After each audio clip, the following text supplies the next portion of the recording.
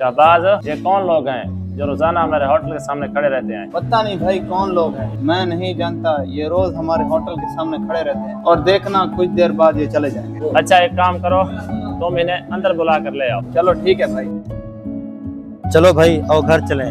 रुको भाई, तुम डेली यहाँ बाहर क्यों खड़े रहते हो? अगर तुम्हें कुछ खाना है तो अंदर आके खा लो। नहीं नहीं भाई, हमें कुछ नहीं खाना।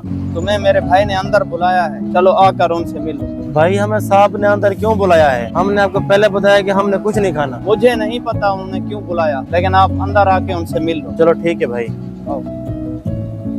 आप लोग रोजाना मेरे होटल के सामने खड़े रहते हो, ना ही अंदर आते हो और ना ही कुछ खाते हो। क्या चाहते हैं आप लोग? हम कुछ नहीं चाहते साहब, ये मेरा छोटा भाई ना बड़ा जिद्दी है, ये रोज मुझे होटल के बाहर ले आता है। चलो भाई हम घर चलते हैं। रुको भाई, मैं अच्छी तरह जानता हूँ आप अपने भाई को इस होटल में कुछ खिलाना चाहते हैं, इसलिए आप उन्हें यहाँ लेकर आते हैं। आप ऐसा करें, वहाँ जाकर बैठ जाएं और खाना खा लो। आप परेशान मत हो, मैं आपको बाकी कस्टमर से कम रेट लगा दूंगा। जी साहब, आप वाकई ठीक कह रहे हैं। इस होटल पर खाना खाना मेरे छोटे भाई की जिद है और इसने क्लास में टॉप किया है और इसकी यही जिद है कि इसने इसी होटल में खाना खाना है। देखिए ना साहब, मेरे छोटे भाई की उस होटल पे खाना खाने का ख्वाब है जहाँ जिस होटल का मेरी बिल देने की औकात ही नहीं है। यहाँ पर हजारों की बात है साहब, मैं मजदूरी करता हूँ, बड़ी मुश्किल से 200-400 कमाता हूँ साहब, इसलिए यही बेहतर है कि मैं अपने भाई को लेकर यहाँ से चला जाऊँ। देखिए, असल बात तो कोई और है। जब आप अपने भाई को इस होटल पर खाना नहीं खिला सकते तो आप अपने भाई को इस होटल के बाहर क्यों लेकर आते हो? जी बिल्कुल, कोई बात तो है। आप मुझे असल बात क्यों नहीं बताते? इसलिए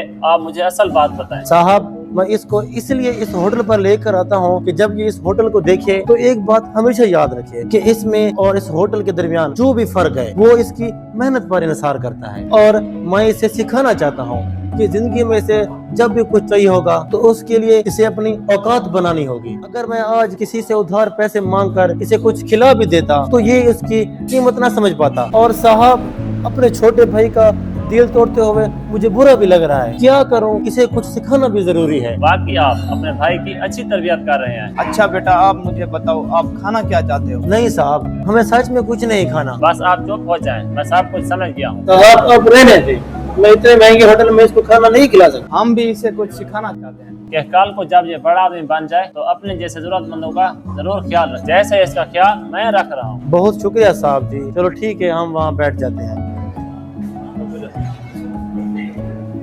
आसिफ भाई, क्या हाल है आसिफ?